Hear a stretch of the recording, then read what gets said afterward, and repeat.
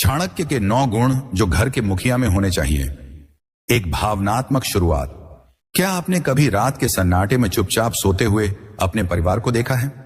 बच्चों की मासूम नींद, पत्नी का थका हुआ चेहरा और घर के कोने कोने में फैली एक शांति जो दिखती है साधारण, लेकिन असल में वो उस इंसान की मेहनत, बलिदान और चुपचाप उठाए गए संघर्षों का नतीजा होती है जिसे हम घर का मुखिया कहते हैं। लेकिन क्या सच में हर घर का मुखिया उतना ही सक्षम होता है जितना होना चाहिए? क्या वो हर तूफान के सामने दीवार बनकर खड़ा हो पाता है, या वो खुद ही एक दिन टूट जाता है, बिखर जाता है और पूरे घर को अपने साथ खींच लेता है? ये वीडियो उन लोगों के लिए है जो अपने कंधों पर न सिर्फ जिम्मेदारियों का बोझ उठाए हुए हैं, बल्कि उन अनकहे सपनों और आशाओं का भार भी जिनके लिए कोई तालियां नहीं बजती। ये वीडियो उन पुरुषों और महिलाओं के लिए है जो घर के फैसले लेते हैं, रिश्तों को बचाते हैं, बच्चों की जिंदगी संवारते हैं और हर रोज एक न दिखने वाली जंग लड़ते हैं, ताकि उनके घर में कोई भूखा ना सोए, कोई डर में ना जिए और कोई सपना अधूरा ना रहे। लेकिन इस जिम्मेदारी को निभाने के लिए सिर्फ कमाई करना या बुजुर्ग होना काफी नहीं। चाणक्य कहते थे, राज्य का राजा अगर दुर्बल है तो उसका पतन निश्चित है, और घर भी एक छोटा राज्य है जिसका राजा होता है उसका मुखिया। अगर घर का मुखिया कमजोर, डरपोक, असंयमी या भावनात्मक रूप से टूटा हुआ है तो वो घर अंदर से धीरे धीरे बिखरता चला जाता है। बच्चों की सोच कमजोर होती है, पत्नी का सम्मान कम होता है और रिश्तों में धीरे धीरे दरारें आने लगती हैं। आपको जानकर हैरानी होगी कि चाणक्य ने हजारों साल पहले ऐसे 9 गुण बताए थे जो अगर किसी भी घर के मुखिया में हों तो वह घर सिर्फ सफल नहीं बल्कि शक्तिशाली, अनुशासित और खुशहाल बनता है। और अगर ये गुण ना हो तो उस घर की नींव चाहे जितनी भी मजबूत हो, वक्त उसे गिरा ही देता है। आज का समय सिर्फ पैसे का नहीं, मानसिक मजबूती, भावनात्मक समझदारी और कूटनीतिक होशियारी का है। एक मुखिया को अब सिर्फ कमाने वाला नहीं बल्कि एक विजनरी, एक शिक्षक, एक रणनीतिकार और एक भावनात्मक लीडर भी होना चाहिए। लेकिन अफसोस की बात यह है कि आज के दौर में बहुत से घर बिखर रहे हैं सिर्फ इसलिए क्योंकि घर का मुखिया खुद ही नहीं जानता कि उससे क्या अपेक्षा की जाती है। वो या तो हर फैसले से बचता है या फिर ज्यादा कंट्रोल करता है। वो या तो भावुकता में बह जाता है या फिर पूरी तरह पत्थर बन जाता है। क्या आपने कभी अपने बच्चों की आंखों में वो डर देखा है जब आप गुस्से में चिल्लाते हैं? क्या आपने कभी अपनी पत्नी की उस खामोशी को समझा है जो आपकी बेरुखी के बाद कमरे में पसरी रहती है? क्या आपने कभी सोचा है कि आपके छोटे छोटे फैसलों का कितना बड़ा असर होता है उस पूरे परिवार पर जिसकी डोर आपके हाथ में है? चाणक्य कहते थे, जो मुखिया खुद के मन पर नियंत्रण नहीं रख सकता वो दूसरों के मन को क्या दिशा देगा? घर का मुखिया वो नहीं होता जो सबसे ऊंची आवाज में बोले, बल्कि वो होता है जो सबसे ज्यादा शांत रहकर सबसे गहरी बातें समझ ले। इस वीडियो में हम उन्हीं 9 महान गुणों को विस्तार से समझेंगे जिन्हें चाणक्य ने एक आदर्श शासक और घर के मुखिया के लिए अनिवार्य बताया है। ये गुण सिर्फ किताबों के पन्नों तक सीमित नहीं बल्कि आज भी उतने ही प्रासंगिक हैं जितने पहले थे, क्योंकि घर भले ही अब सीमेंट और ईंटों से बनते हों, लेकिन उन्हें जोड़ने का काम आज भी इंसानी गुण ही करते हैं। अगर आप एक पिता हैं तो ये वीडियो आपके बच्चों के भविष्य को बेहतर कर सकता है। अगर आप एक पति हैं तो ये आपके रिश्ते को और मजबूत बना सकता है। और अगर आप एक बेटे हैं तो यह वीडियो आपको यह समझा सकता है कि कल जब आप घर के मुखिया बने तो कैसे अपने परिवार को टूटने से बचाएं। ये सिर्फ एक वीडियो नहीं, एक आईना है जिसमें आपको खुद को देखना है। एक ऐसी तस्वीर जो शायद आपको चौंकाएगी, रुलाएगी, लेकिन अंत में आपको मजबूत बनाएगी, क्योंकि हर घर को एक चाणक्य चाहिए और अगर आप चाहें तो वो चाणक्य आप बन सकते हैं। गुण 1, निर्णय लेने की कला। घर का मुखिया वह होता है जो सही समय पर सही निर्णय ले। लेकिन क्या निर्णय लेना इतना आसान होता है? शायद नहीं, क्योंकि निर्णय केवल जानकारी या अनुभव से नहीं लिए जाते। वे उस दबाव, उस परिस्थिति, उस मानसिक द्वंद्व से गुजरकर लिए जाते हैं जहां हर विकल्प अपने साथ एक जोखिम लाता है। एक गलत फैसला सिर्फ आपकी जिंदगी को नहीं बल्कि पूरे परिवार की दिशा को बदल सकता है। और यही वह जगह है जहां एक मुखिया की असली परीक्षा होती है। सोचिए, जब घर की आमदनी कम हो और जरूरतें ज्यादा, तब फैसला करना पड़ता है कि बच्चों की पढ़ाई में कटौती की जाए या खाने में। जब रिश्तेदारों का दबाव हो और पत्नी की आंखों में उम्मीद, तब फैसला करना पड़ता है कि किसका साथ दिया जाए। जब बेटा गलत राह पर जाए और समाज ताना मारे, तब फैसला करना होता है कि उसे डांटा जाए या समझाया जाए। यही है वो पल जो एक सामान्य इंसान को एक सच्चा मुखिया बनाते हैं। चाणक्य कहते हैं, वो व्यक्ति अयोग्य है जो निर्णय से डरता है, क्योंकि डर निर्णय को कमजोर बना देता है और कमजोर निर्णय पूरे राज्य को बर्बाद कर सकता है। घर भी एक लघु राज्य है जहां हर दिन छोटे बड़े फैसले लिए जाते हैं। क्या खर्च करना है, किसे समझाना है, कब चुप रहना है और कब बोलना है। और अगर इन फैसलों में मुखिया भ्रमित हो जाए तो परिवार असमंजस और अस्थिरता में जीने लगता है। निर्णय लेने की कला सिर्फ हां या ना कहने का नाम नहीं है। यह एक मानसिक प्रक्रिया है जिसमें व्यक्ति को अपनी भावनाओं को किनारे रखकर तथ्यों, अनुभवों और संभावनाओं का विश्लेषण करना होता है। यह वही समय होता है जब मुखिया को खुद से बड़ा सोचना होता है। उसे अपनी भावनाओं को कुचलकर परिवार के लिए वो चुनना होता है जो दीर्घकालिक रूप से सही हो, भले ही वह निर्णय उस पल में किसी को अच्छा ना लगे। अक्सर देखा जाता है कि कई घरों में जब भी कोई समस्या आती है तो लोग निर्णय दूसरों पर टाल देते हैं। जो मां कहेगी वही होगा, बड़े भाई से पूछ लो, या फिर देखते हैं क्या होता है। यह टाल मटोल की आदत घर को एक जहाज की तरह बना देती है जिसमें ना कोई कप्तान होता है ना कोई दिशा। ऐसे घरों में बच्चे खुद असमंजस में पलते हैं, उनकी सोच अस्थिर हो जाती है और वो भी भविष्य में निर्णय लेने से डरने लगते हैं। वहीं दूसरी ओर एक अच्छा मुखिया परिस्थितियों का आकलन करता है। वो सुनता है, सोचता है और फिर जो सही होता है उस पर अडिग रहता है।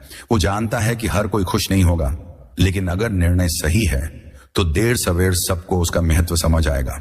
सोचिए, अगर एक पिता यह फैसला करता है कि बेटा डॉक्टर नहीं बल्कि संगीतकार बने तो समाज उसे गलत कहेगा। लेकिन अगर वो पिता अपने बच्चे की प्रतिभा, उसकी खुशी और दीर्घकालिक मानसिक स्थिति को समझकर यह फैसला लेता है तो वही बच्चा एक दिन पूरे परिवार का नाम रोशन कर सकता है। और यही एक सच्चे मुखिया की पहचान है। वो दूसरों की नजर से नहीं, अपने विवेक से निर्णय लेता है। चाणक्य ने अपने शिष्य चंद्रगुप्त मौर्य को यह बात बार बार सिखाई। सही निर्णय वही होता है जो दीर्घकालिक शांति और सामर्थ्य लाए, न कि क्षणिक प्रशंसा। घर के मुखिया को भी यह समझना जरूरी है। कई बार लोग समाज की नजरों में अच्छा दिखने के लिए फैसले ले लेते हैं, जैसे दिखावे की शादी, जरूरत से ज्यादा खर्च या झूठा रुतबा। लेकिन ये सारे निर्णय सिर्फ बाहर से घर को चमकाते हैं, अंदर से खोखला करते हैं। एक उदाहरण समझिए, एक पिता के पास दो विकल्प हैं। या तो वह अपनी बेटी की शादी दहेज देकर एक दिखावे वाले परिवार में करे, या उसे शिक्षित कर आत्मनिर्भर बनाए और उसकी इच्छा से निर्णय ले। एक में वह समाज की तालियां पा सकता है, दूसरे में बेटी की सच्ची खुशी। एक मुखिया वही है जो बाहरी तालियों को नहीं, अपनों की सच्ची मुस्कान को प्राथमिकता दे। अक्सर निर्णय की कठिनाई उस समय और भी बढ़ जाती है जब भावनाएं बीच में आ जाती हैं। जब मुखिया को अपनी पत्नी, अपने बच्चों, अपने बुजुर्गों सभी की बात सुननी होती है, लेकिन निर्णय केवल एक लेना होता है। उस समय मुखिया का चरित्र, संयम और बुद्धिमत्ता सामने आती है। क्या वह हर किसी को खुश करने के चक्कर में निर्णय टाल देता है, या फिर साहस के साथ वह करता है जो सही है? यही वह गुण है जो चाणक्य ने एक सक्षम राजा में देखा था, और वही गुण एक घर के मुखिया में भी होना चाहिए। क्योंकि जिस तरह राजा के निर्णय से प्रजा का भविष्य तय होता है, उसी तरह मुखिया के निर्णय से पूरे परिवार का जीवन आकार लेता है। गुण 2, संयम और आत्मनियंत्रण।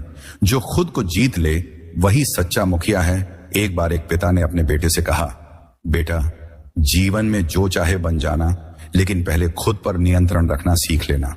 क्योंकि जो इंसान अपनी इच्छाओं, गुस्से, वाणी और व्यवहार पर काबू नहीं रख सकता, वो दूसरों को क्या संभालेगा? यही बात चाणक्य ने सदियों पहले कही थी। जो अपने मन पर शासन नहीं कर सकता, वह किसी और पर शासन करने का अधिकारी नहीं है। और अगर बात एक घर के मुखिया की हो, तो संयम और आत्मनियंत्रण उसकी सबसे पहली और सबसे जरूरी परीक्षा होती है।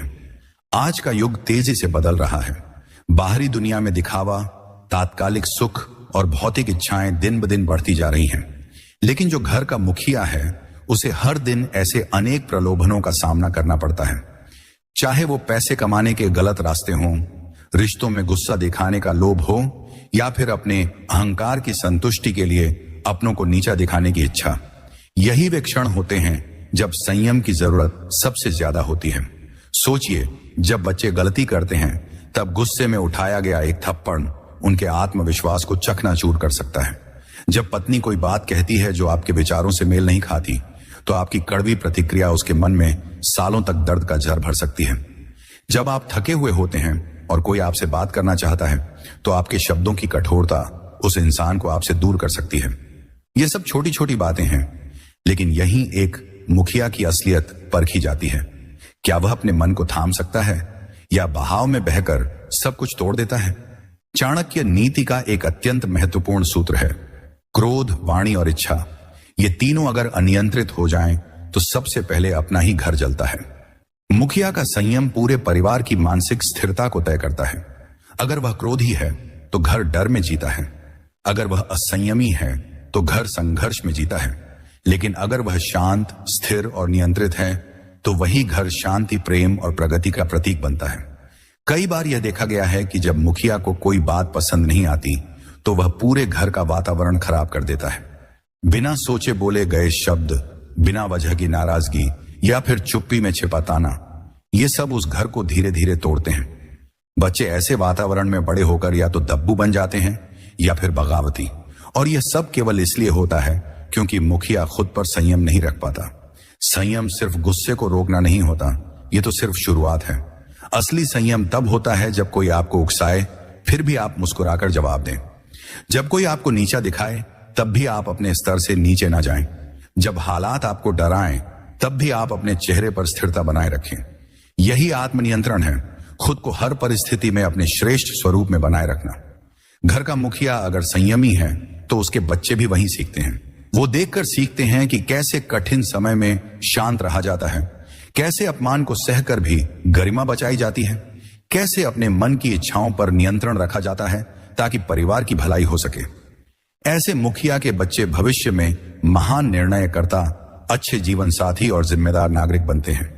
और सबसे अहम बात, संयम मुखिया को अपने परिवार के करीब लाता है, क्योंकि लोग किसी ऐसे इंसान का सम्मान नहीं करते जो हर बात पर उबल जाए या जो हर छोटी चीज पर टूटा हुआ लगे।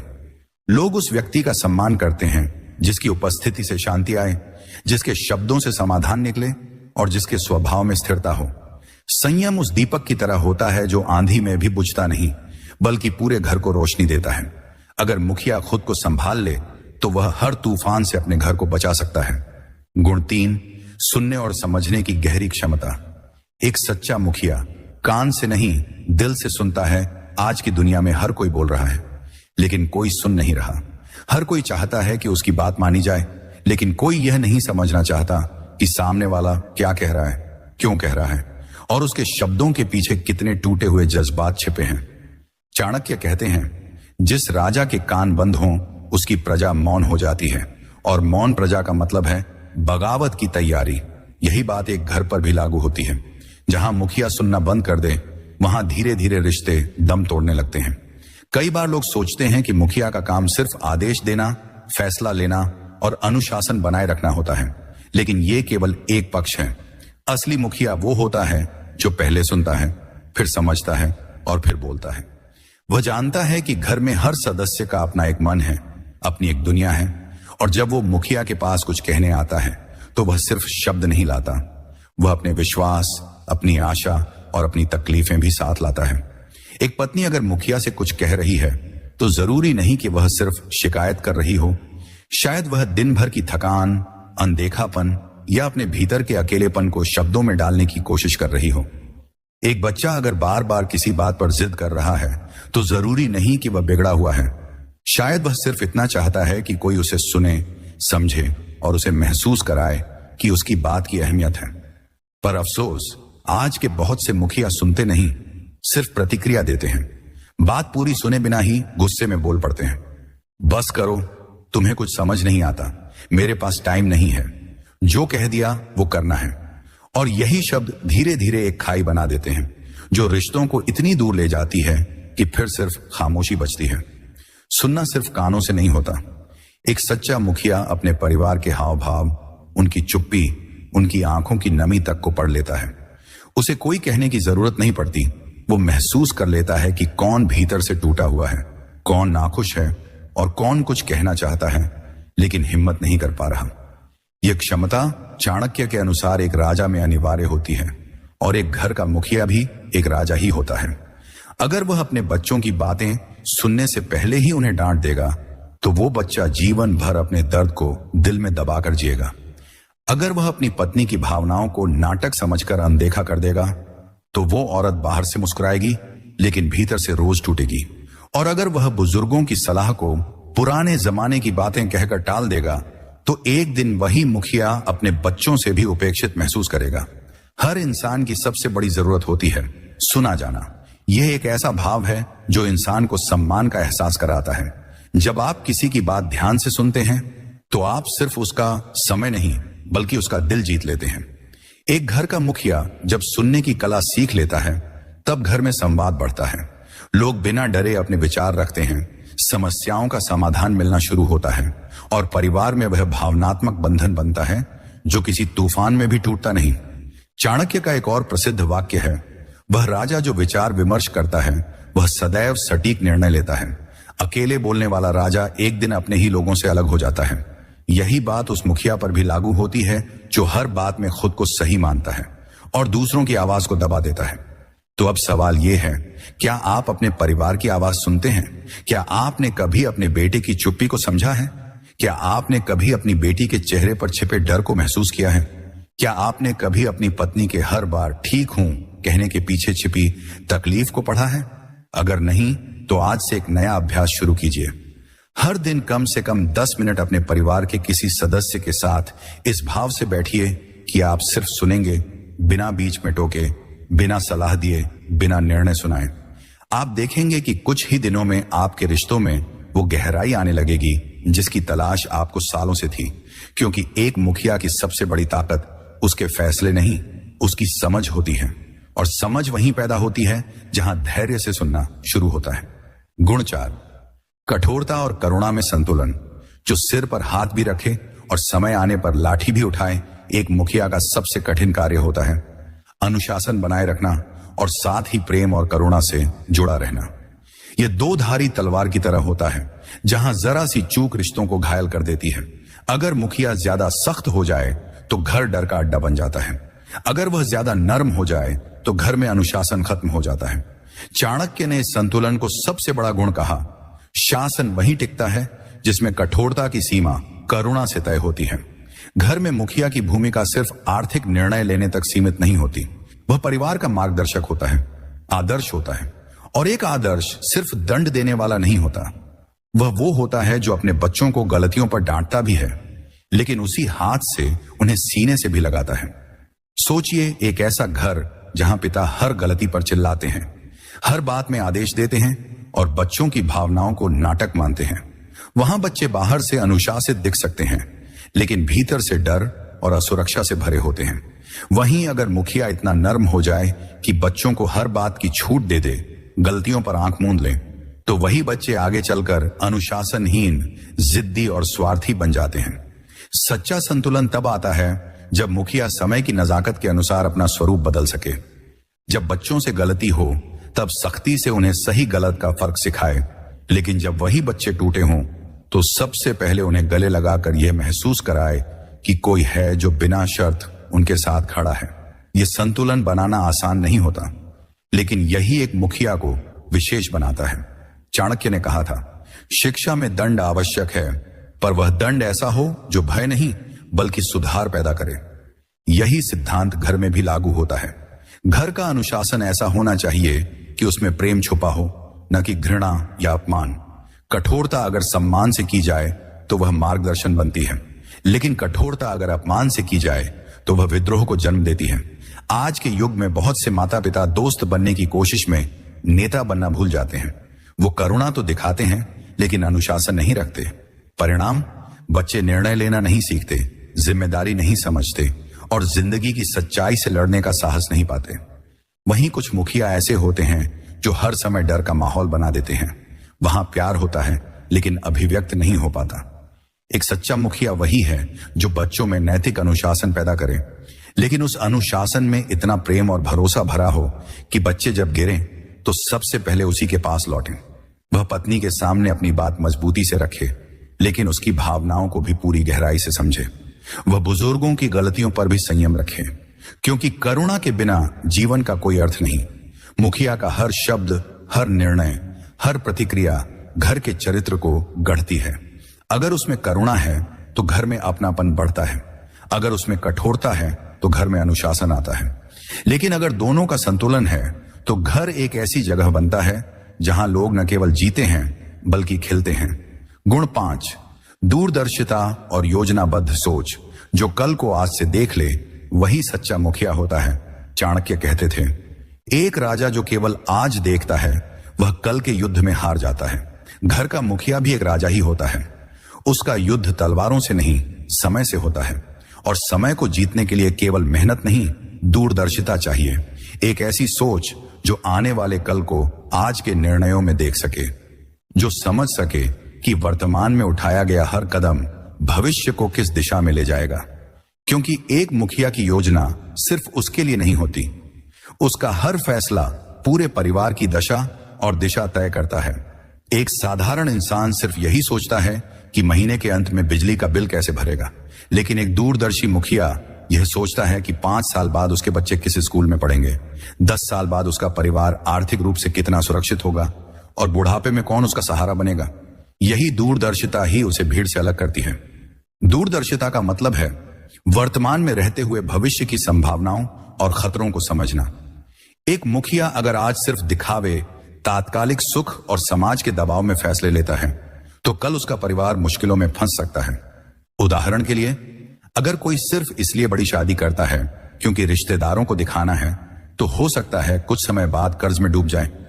अगर वह बच्चों की पढ़ाई पर ध्यान नहीं देता क्योंकि अभी तो छोटे हैं तो वही बच्चे आगे चलकर दिशाहीन हो सकते हैं। और अगर वह स्वास्थ्य को नजरअंदाज करता है क्योंकि अभी तो तंदुरुस्त हूं तो कल बीमारी पूरे परिवार को तोड़ सकती है। दूरदर्शी मुखिया हर फैसले में दीर्घकालिक परिणाम देखता है। वह खर्च करने से पहले यह सोचता है कि क्या यह चीज भविष्य में उपयोगी है। वह निवेश करता है सिर्फ पैसों में नहीं, रिश्तों में, बच्चों की शिक्षा में, अपने और परिवार के स्वास्थ्य में। वह समय से पहले बचत करता है, समय रहते बच्चों को सिखाता है कि जिंदगी क्या है और समय रहते अपने जीवन के लक्ष्य तय करता है। चाणक्य ने कहा था, जो संकट आने से पहले उसका उपाय कर ले वही बुद्धिमान होता है। बाकी लोग तो विपत्ति आने के बाद रोते हैं। यही बात घर के मुखिया पर भी लागू होती है। कई लोग तब जागते हैं जब उनकी नौकरी छूट जाती है, जब बच्चा बुरी संगति में पड़ जाता है या जब रिश्ता टूटने की कगार पर होता है। लेकिन एक दूरदर्शी मुखिया पहले ही संकेतों को पहचान लेता है। वह समय रहते संवाद करता है, रिश्तों की मरम्मत करता है और परिवार को भावनात्मक रूप से मजबूत करता है। दूरदर्शिता का दूसरा पहलू होता है योजनाबद्ध सोच। इसका मतलब है हर काम को एक रणनीति के साथ करना। जैसे किसी युद्ध की तैयारी होती है, वैसे ही हर आर्थिक, भावनात्मक और पारिवारिक फैसले को सोच समझकर चरणबद्ध तरीके से लेना। बिना योजना के जीवन सिर्फ एक भटकता हुआ कारवां बन जाता है। योजना बनाना एक मुखिया को अराजकता से बचाता है। वह जानता है कि किस उम्र में किस जिम्मेदारी को कैसे निभाना है। वह जानता है कि बेटे की पढ़ाई कब से गंभीर होनी चाहिए, बेटी की आत्मनिर्भरता के लिए क्या कदम उठाने हैं और अपने बुजुर्गों की सेवा के लिए किन संसाधनों की जरूरत है। वह चीजों को टालता नहीं, उनका सामना करता है, एक योजनाकार की तरह, न कि एक डरपोक की तरह। और सबसे बड़ी बात, एक दूरदर्शी मुखिया अपने परिवार को भी उसी सोच में ढालता है।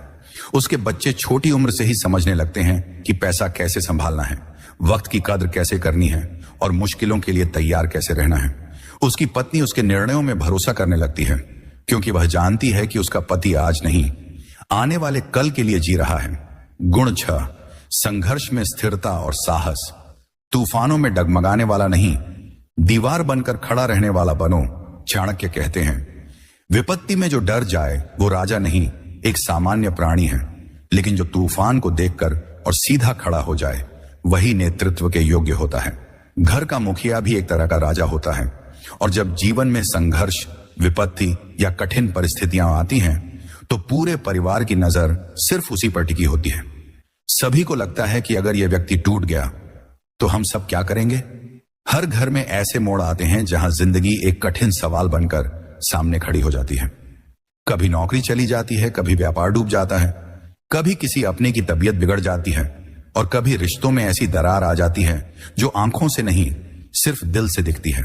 इन सब स्थितियों में घर के बाकी सदस्य डरते हैं, भावनात्मक रूप से टूट जाते हैं या भ्रम में खो जाते हैं।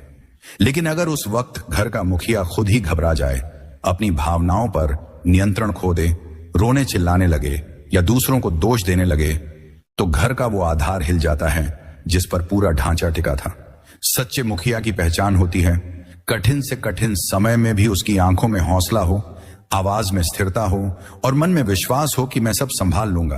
क्योंकि संकट के समय मुखिया को सिर्फ हल नहीं ढूंढना होता, उसे घर के हर सदस्य की मानसिक स्थिति को भी थामना होता है। उसकी पत्नी को भरोसा दिलाना होता है कि हम मिलकर बाहर निकलेंगे, बच्चों को विश्वास देना होता है कि उनका भविष्य सुरक्षित है और बुजुर्गों को यह एहसास दिलाना होता है कि घर अब भी उतना ही मजबूत है। संघर्ष में स्थिरता और साहस वही व्यक्ति ला सकता है जिसने अपने भीतर के डर को हराया हो। यह साहस सिर्फ शारीरिक नहीं होता, यह मानसिक और भावनात्मक होता है। जब सामने अंधेरा हो, रास्ता न दिखे, तब भी जो व्यक्ति बिना हड़बड़ाए सोच सके, निर्णय ले सके और दूसरों को ढांढस बंधा सके, वही सच्चा लीडर होता है। बहुत से लोग विपत्ति में दूसरों को दोष देने लगते हैं। मेरे कारण नहीं हुआ, अगर तुमने वैसा न किया होता, इसकी गलती से सब बर्बाद हो गया। लेकिन एक सच्चा मुखिया कभी उंगली नहीं उठाता, वह हाथ बढ़ाता है ताकि जो गिर गए हैं उन्हें उठाया जा सके। एक और बात, जब घर में संकट आता है तो बाहरी दुनिया भी देखने लगती है कि यह परिवार अब क्या करेगा। तब अगर मुखिया लड़खड़ाता है तो रिश्तेदार, समाज और आलोचक सब और जोर से दबाने लगते हैं। लेकिन अगर मुखिया दृढ़ता से खड़ा हो जाता है, अपने फैसलों पर कायम रहता है और बिना किसी पर निर्भर हुए संकट से जूझता है, तो वही लोग उसके आगे सिर झुकाते हैं। चाणक्य नीति में एक और गूढ़ बात कही गई है, विपत्ति में धैर्य और समाधान खोजने की क्षमता ही व्यक्ति की असली परीक्षा होती है। युद्ध जीतना बड़ी बात नहीं, खुद को संकट में स्थिर रखना उससे भी बड़ी बात है। इसलिए संघर्ष के समय केवल तेज निर्णय नहीं चाहिए, गहराई चाहिए। ऐसी मानसिक गहराई जो तात्कालिक भावनाओं से ऊपर उठकर पूरे चित्र को देख सके। साहस का मतलब यह नहीं कि आप डरते नहीं, साहस का मतलब है डरते हुए भी आगे बढ़ना, टूटे हुए भी मुस्कुराना और रोते हुए भी अपनों के सामने मजबूत बने रहना। मुखिया वही है जो सबके लिए छत बन जाए जब बारिश हो और दीवार बन जाए जब हवाएं तेज चलें। वो घर का सहारा नहीं, उसकी रीढ़ होता है। अगर वो झुक गया तो पूरा घर टूट जाएगा, लेकिन अगर वो जमकर खड़ा रहा तो पूरा परिवार उसकी पीठ पर टिक जाएगा। गुण 7, आत्म अनुशासन और व्यक्तिगत उदाहरण। जो खुद को बदल ले वही दूसरों को बदल सकता है। घर का मुखिया सिर्फ निर्देश देने वाला नहीं होता, वो एक जीता जागता उदाहरण होता है। उसके शब्दों से ज्यादा उसके कर्म असर करते हैं। उसकी दिनचर्या, उसकी आदतें, उसका स्वभाव, ये सब उस घर के बच्चों की नींव बनते हैं और बाकी सदस्यों के व्यवहार को दिशा देते हैं। चाणक्य कहते हैं, राजा का आचरण ही प्रजा का मार्गदर्शन करता है। ठीक उसी प्रकार एक मुखिया का जीवन ही पूरे घर की संस्कार रेखा तय करता है। आत्म अनुशासन यानी यह वह गुण है जो एक इंसान को बाहर से नहीं, भीतर से मजबूत बनाता है। यह वह ताकत है जो मुखिया को अपनी इच्छाओं, कमजोरियों और भावनाओं पर नियंत्रण रखना सिखाती है। यह कोई दिखावा नहीं, बल्कि एक गुप्त साधना है जिसमें एक इंसान खुद के खिलाफ खड़ा होता है ताकि अपने परिवार के लिए एक मजबूत आधार बन सके। सोचिए, अगर एक पिता अपने बेटे से कहे कि सुबह जल्दी उठो, लेकिन खुद 9 बजे तक सोता रहे, तो क्या वह बेटा उसे मानेगा? अगर मुखिया अपने परिवार से कहे कि पैसे बचाओ, लेकिन खुद हर महीने बेवजह खर्च करता रहे, तो कौन सी सीख मिलेगी? अगर वो अपने बच्चों से कहे कि गुस्सा मत करो, लेकिन खुद हर बात पर चीखे चिल्लाए, तो फिर उसका हर उपदेश खोखला लगेगा। सच्चा मुखिया वह है जो पहले अपने जीवन को एक अनुशासित मार्ग पर लाता है। उठने, सोने, खाने, काम करने और बोलने तक में संयम रखता है। वह जानता है कि उसका हर कदम देखा जा रहा है, खासकर उन मासूम आंखों से जो अभी सीखने की अवस्था में हैं। बच्चे वही सीखते हैं जो वे देखते हैं। और अगर मुखिया अपने जीवन में अनुशासन, समय की कद्र, साफ साफ बोलने और सही आदतों को अपनाता है, तो उसका प्रभाव पूरे परिवार में गहराई से उतरता है। आत्म अनुशासन का अर्थ केवल शरीर के व्यवहार तक सीमित नहीं, यह मानसिक और भावनात्मक नियंत्रण भी है। एक मुखिया जब अपनी भावनाओं को संतुलित रखता है, जब वह संकट में घबराता नहीं, जब वह बुरे समय में भी अनुशासित रहता है, तो वह अपने परिवार को सिर्फ प्रेरणा ही नहीं, सुरक्षा का एहसास भी देता है। एक उदाहरण समझिए, एक पिता हैं जो रोज सुबह 5 बजे उठते हैं, थोड़ा व्यायाम करते हैं, घर का काम समय पर करते हैं, बच्चों को स्कूल छोड़ते हैं, ऑफिस में मेहनत करते हैं और घर आकर पत्नी के साथ संवाद करते हैं।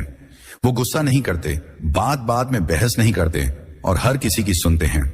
वो दिखावा नहीं करते, बल्कि जो बोलते हैं वही जीते हैं। ऐसे व्यक्ति को परिवार केवल मुखिया नहीं, आदर्श मानने लगता है। उसके एक शब्द का वजन होता है, उसकी चुप्पी भी संदेश देती है और उसका जीवन ही शिक्षा बन जाता है। वहीं दूसरी ओर अगर मुखिया खुद ही असंयमी हो, देर से उठे, गुस्से में बोले, दिन भर मोबाइल में खोया रहे, झूठ बोले या काम में लापरवाही बरते, तो वो परिवार के लिए बोझ बन जाता है, मार्गदर्शक नहीं।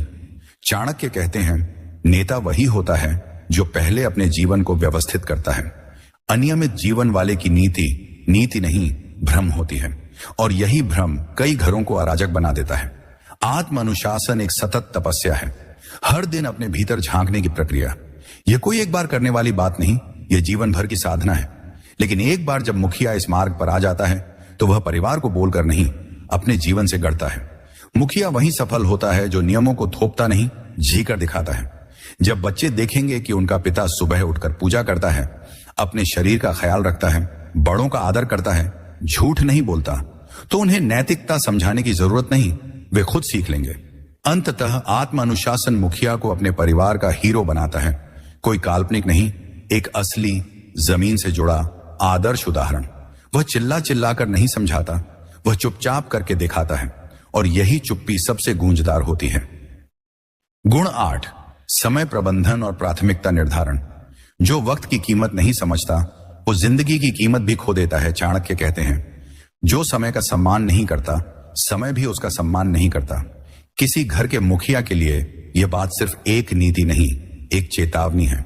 क्योंकि जो इंसान खुद तो समय को यूं ही बर्बाद करता है, लेकिन जीवन से बहुत कुछ चाहता है, वो कभी संतुष्ट नहीं रह सकता। और जब कोई व्यक्ति घर का मुखिया बनता है तो उसकी हर घड़ी, हर मिनट सिर्फ उसकी नहीं रहती, वह पूरे परिवार की होती है। आज के आधुनिक जीवन में एक परिवार टूटता है तो वह अक्सर पैसों की कमी से नहीं टूटता, वह टूटता है समय की कमी से। एक बच्चा अपने पिता से रोज बस इतना ही चाहता है कि वह थोड़ी देर साथ खेले। माँ चाहती है कि कोई उसका हाल पूछे, पत्नी चाहती है कि कोई उसकी आंखों के पीछे छुपे थकान को देखे। लेकिन जब मुखिया कहता है समय नहीं है, तो उसके साथ साथ पूरा परिवार धीरे धीरे खाली होता चला जाता है। समय प्रबंधन यानी यह कोई रूटीन सेट करना नहीं है, यह समझना है कि क्या महत्वपूर्ण है और क्या केवल व्यस्तता है। बहुत से लोग दिन भर भागते हैं, लेकिन रात को बिस्तर पर लेटकर उन्हें लगता है आज भी कुछ अधूरा रह गया, और यह अधूरापन धीरे धीरे उनके भीतर खालीपन, रिश्तों में खामोशी और जीवन में बेमतलब की दौड़ पैदा करता है। एक मुखिया अगर सुबह उठते ही मोबाइल देखता है, दोपहर में दफ्तर की भाग दौड़ में डूबा रहता है और रात को थका हुआ टीवी देखते हुए सो जाता है, तो वह केवल जी रहा है, जिम्मेदारी निभा नहीं रहा। उसके बच्चे उसके पास रहते हुए भी अनाथ महसूस करते हैं। पत्नी उसके साथ होते हुए भी अकेली लगती है, क्योंकि उन्होंने प्यार नहीं मांगा, उन्होंने समय मांगा था। समय प्रबंधन का मतलब है प्राथमिकताओं को पहचानना। क्या अधिक जरूरी है, उस क्लाइंट की कॉल या बेटी का स्कूल प्रोग्राम? क्या अधिक महत्वपूर्ण है, एक प्रोजेक्ट की डेडलाइन या बीमार पिता के साथ बैठकर एक कप चाय पीना? क्या अधिक सुकून देने वाला है, सोशल मीडिया पर 1 घंटा बिताना या पत्नी से बिना किसी बहस के बस 2 मीठे शब्द कहना? एक समझदार मुखिया जानता है कि समय कोई अलमारी में बंद की जाने वाली चीज नहीं, यह तो पानी की तरह है, अगर बहता गया तो कभी वापस नहीं आएगा। और सबसे दुखद बात यह है कि हम ये बात तब समझते हैं जब बहुत देर हो चुकी होती है, जब बच्चा बड़ा होकर सवाल नहीं करता, जब पत्नी शिकायत करना छोड़ देती है, जब माँ बाप की आंखों में इंतजार खत्म हो जाता है, तब एहसास होता है कि काश थोड़ा समय और दिया होता। चाणक्य नीति में कहा गया है, जो राजा छोटे कार्यों में समय गंवा दे वह बड़े युद्ध हार जाता है। इसे आप यूं समझिए, जो व्यक्ति रोज की छोटी छोटी व्यस्तताओं में अपने जीवन के बड़े रिश्तों को भूल जाता है, वह अंततः जीवन की असली लड़ाई हार जाता है। एक सच्चा मुखिया अपने दिन को खुद डिजाइन करता है, वो समय निकालता है बच्चों के साथ बैठने के लिए, पत्नी से खुलकर बात करने के लिए, बुजुर्गों की सेवा के लिए और खुद के आत्मचिंतन के लिए।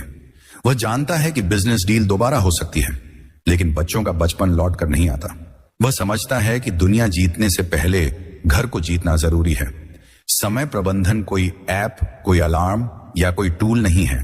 यह एक सोच है, एक संस्कृति है। और जब मुखिया इस सोच को अपनाता है तो उसका पूरा परिवार एहसास से भर जाता है। उन्हें पता होता है हमारे पास भले ही बहुत कुछ ना हो, लेकिन हमारे पास हमारा समय है। गुण 9, न्यायप्रियता और निष्पक्षता। जहां फैसला रिश्ते देखकर नहीं, सच्चाई देखकर लिया जाए। चाणक्य कहते थे, राजा को न्याय करते समय यह नहीं देखना चाहिए कि सामने कौन है, बल्कि यह देखना चाहिए कि सत्य किसके साथ है। यही बात एक घर के मुखिया पर भी उतनी ही सटीक बैठती है जितनी कि किसी राज्य के शासक पर, क्योंकि घर एक छोटा सा साम्राज्य है और मुखिया उसका राजा। लेकिन अगर वह मुखिया अपने फैसलों में पक्षपात करता है, बेटे को बढ़ावा देता है, बेटी की बात को नजरअंदाज करता है, पत्नी की गलती पर आंख मूंद लेता है, लेकिन सास की गलती पर सख्ती दिखाता है, तो घर टूटता नहीं मगर अंदर से दरकने लगता है। हर घर में संघर्ष, मतभेद और कभी कभी टकराव होना स्वाभाविक है, लेकिन इन सभी को संभालने का तरीका उस मुखिया के न्याय पर निर्भर करता है। अगर वह पक्षपात करेगा तो एक पक्ष में आक्रोश पैदा होगा और दूसरे पक्ष में घमंड। लेकिन अगर वह निष्पक्ष रहेगा तो हर कोई उसकी बात को मानेगा, भले ही बात कितनी ही कठिन क्यों ना हो, क्योंकि निष्पक्षता वह ताकत है जो असहमति को भी स्वीकार्यता में बदल देती है। एक सच्चा मुखिया वो होता है जो सबसे पहले अपने भीतर की भावनाओं को अलग रख सके। अगर किसी अपने की गलती है तो उसे छुपाने के बजाय सामने लाए। अगर किसी कमजोर की बात में सच्चाई है तो उसका साथ दे, भले ही वह सामाजिक दृष्टिकोण से कमजोर या छोटा क्यों ना हो। न्यायप्रियता का मतलब यह नहीं कि सबको बराबर व्यवहार मिले, बल्कि यह कि हर किसी को वह मिले जो उसका हक है। कई बार मुखिया अपने करीबियों के पक्ष में फैसले लेने लगता है। बेटे की गलतियों को नजरअंदाज करना, बेटी की आवाज को दबाना, बहू की जगह बेटे की बात को प्राथमिकता देना।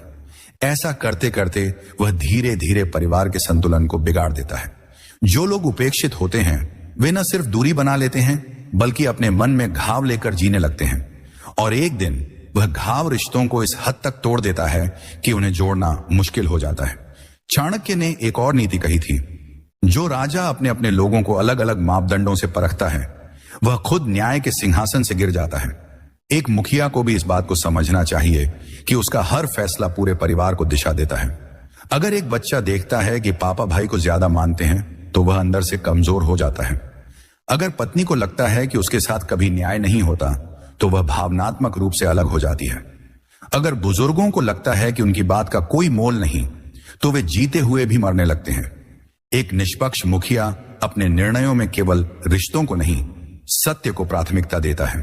वह सुनता है सभी पक्षों की बात धैर्य से, वह तौलता है तर्क, भावना और स्थिति को, और तब जाकर वह फैसला करता है बिना डर, बिना दबाव, बिना दया।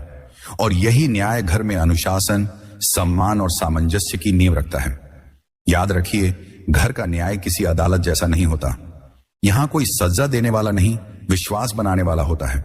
और विश्वास वहीं बनता है जहां निर्णय पारदर्शी और तटस्थ हो, जहां कोई यह न कहे कि मेरे साथ हमेशा अन्याय होता है, बल्कि सब यह महसूस करे कि गलत हो गया लेकिन फैसला सही हुआ। अंततः एक मुखिया का न्याय ही उस घर की मर्यादा बनाता है। न्याय वही है जो सबसे पहले खुद पर लागू हो, अपने प्रियजनों की भी आलोचना करने का साहस और सबसे कमजोर व्यक्ति की भी सुनवाई का धैर्य। क्योंकि जब एक घर का मुखिया न्यायप्रिय होता है तो उसके घर में सिर्फ प्रेम और अनुशासन नहीं होता, वहां एक सच्ची संवेदना बसती है। एक घर तब तक ईंटों का ढांचा रहता है जब तक उसमें एक ऐसा व्यक्ति ना हो जो उसे घर बना सके।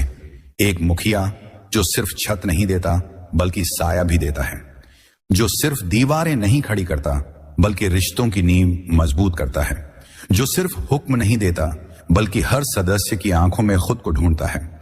इन 9 गुणों में छुपा है वही मार्ग जो एक साधारण पुरुष को परिवार का असली स्तंभ बनाता है। ऐसा स्तंभ जो हर आंधी, हर तूफान, हर दुख में अडिग खड़ा रहे, और जब कोई गिरे तो उसी के सहारे फिर उठ खड़ा हो।